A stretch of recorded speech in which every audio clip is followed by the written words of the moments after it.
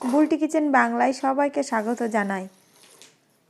আজ আমি আরও একটা নতুন রেসিপি নিয়ে হাজির হলাম। আজ বানাবো আমি আলুর দম। আমার এই চ্যানেলটিতে নতুন এসে থাকলে চ্যানেলটিকে সাবস্ক্রাইব করুন, পাশে থাকা বেল আইকনটি টিপে অল নোটিফিকেশনটি অন করে রাখুন। আর যদি ভালো লাগে তাহলে লাইক কমেন্ট শেয়ার করুন। এই রেসিপিটি খুব সহজেই বানানো যায়। নিরামিষভাবে আমি বানাবো, পেঁয়াজ রসুন ছাড়াই। এখানে আমি ছোট ছোট সাইজের আলু নিয়েছি। আলুটা সেদ্ধ করে নেব হালকা নুন দিয়ে। আপনারা প্রেসার কুকারেও সিটি মেরে নিতে পারেন, তো আমি গামলায় করে সেদ্ধ করে নিয়েছি।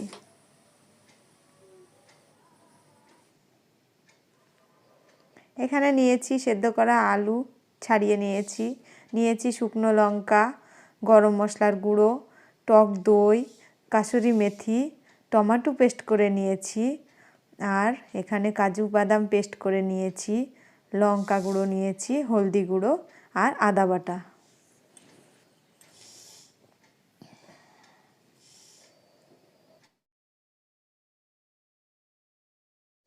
তো এই আলুগুলোকে আমি ফুটো ফুটো করে নেব। মশলাগুলো ভালোভাবে ঢুকবে এবং টেস্টটাও ভালো হবে।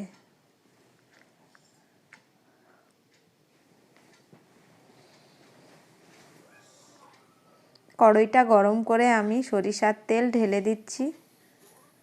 দিয়ে দিলাম হলদি গুঁড়ো আর সামান্য নুন।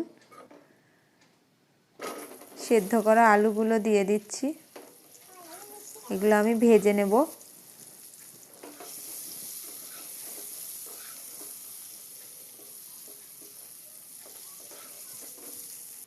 লাল লাল করে ভাজা হয়ে গেছে। আমি একটা পাত্রে তুলে নিচ্ছি।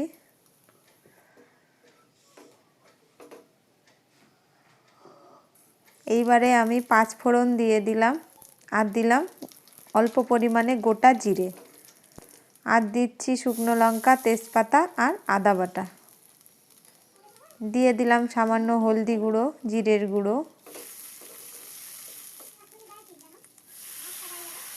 টমেটো পেস্টটা দিয়ে দিলাম। ভালো করে মশলাটা কষিয়ে নেব। এইবারে ফেটিয়ে রাখা টক দইটা দিয়ে দিচ্ছি।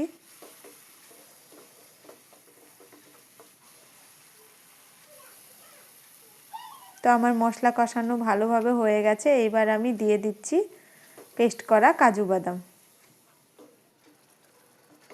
আবারও ভালো করে কষিয়ে নেব। দিয়ে দিচ্ছি ভেজে রাখা আলুগুলো। এইবারে সামান্য পরিমাণ নুন দিচ্ছি। নুনটা আপনারা স্বাদ মতো দিয়ে দেবেন।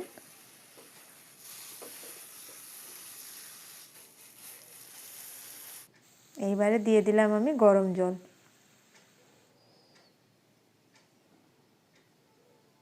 কাসুরি মেথি হাতে গুঁড়ো করে হালকা করে ছিটিয়ে দেব। আমি সামান্যই জল দিলাম।